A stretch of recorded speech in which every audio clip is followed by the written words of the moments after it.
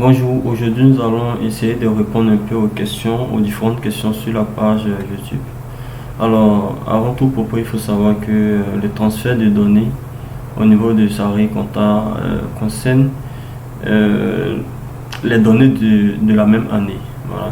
Imagine, vous êtes en 2021, vous avez fait des erreurs, ou bien il y a eu je sais pas, des écritures qui sont ratées, donc vous voulez reprendre en fait la base de données.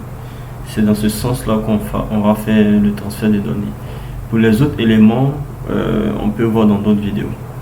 Voilà, donc ici, nous allons partir simplement dans Fichier, ensuite Import. Voilà, ici, nous allons créer un nouveau dossier.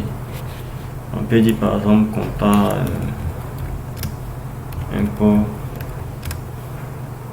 2021. Nouveau. On va ensuite créer un bloc-notes. Compta base 2021.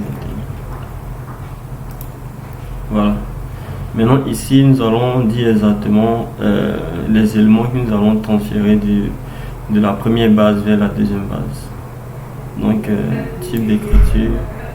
On peut dire les écritures comptables, le compte des tiers, les codes journaux et autres. Donc on va transférer l'écriture journal.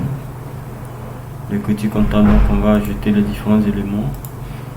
Voilà. On ajoute, comme vous avez vu, on ajoute assez d'éléments, tous les éléments qu'on veut transférer en tout cas dans la nouvelle base.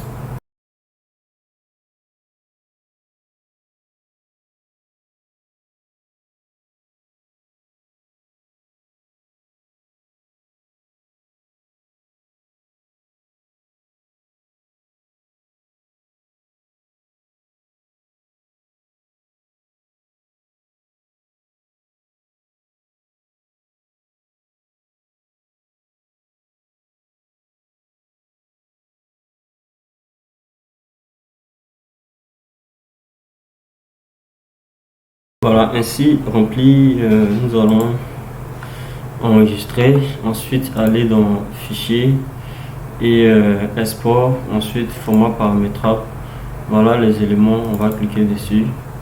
Ensuite, on va écrire l'élément dans lequel tous les éléments vont se centraliser. Donc, on va écrire base 2021, tout simplement.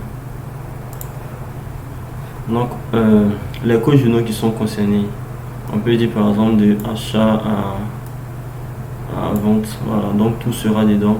La date de saisie et tout, date d'écriture. Voilà, du 1er au 31 décembre. Ok. Voilà, voici l'élément qui a été transféré, donc base 2021. Voilà tous les éléments qui ont été transférés. Maintenant, les questions auxquelles je vais répondre en première position, ce sera au niveau du bloc-notes introuvable. Il faut dire que lorsque vous enregistrez à ce niveau, le bloc-notes va s'insérer, je prends par exemple ici. Voilà, ici ça sera dans des dossiers que vous-même vous allez choisir. Donc c'est là-bas qu'il pourra partir se loger vos éléments que vous enregistrez. Voilà. Donc c'est vous-même qui choisissez l'élément, l'endroit où l'élément va être. Voilà. La deuxième question c'était l'erreur dans les lignes. Voilà, on va prendre par exemple là.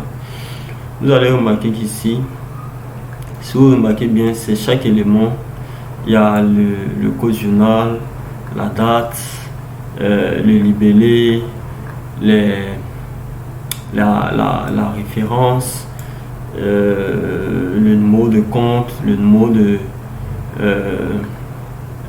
de facture, voilà, le libellé, voilà, le montant de débit, crédit, le solde, ou bien, voilà, tout est bien disposé dans le moindre détail. Donc, avant, si vous modifiez quelque chose ici immédiatement, ça va causer un problème dans votre import. Le troisième, c'est les deux exercices. D'accord, je vais rentrer. Imaginons que vous allez faire l'import et vous voulez, par exemple, en 2021, et vous voulez mettre dans un exercice de 2022. C'est très simple. Vous voyez là, Il y a le code journal, ensuite la date. La date se compose comme suit: 12 01 21 et puis le numéro de compte. Le numéro de compte au débit, soit les charges ou bien les produits. Voilà, ici vous pouvez modifier. Vous pouvez modifier l'année. Au lieu de 21, vous pouvez mettre 22. Mais attention, lorsque vous modifiez 22 ici, vous devez être en mesure de modifier 22 sur tout le long du fichier bloc-notes. Sinon, après, ça va créer un souci au niveau de l'import. Il y aura une erreur. Voilà. Vous devez modifier ici tout. Vous pouvez même changer la date ici. Vous pouvez mettre 0, ici par exemple 02.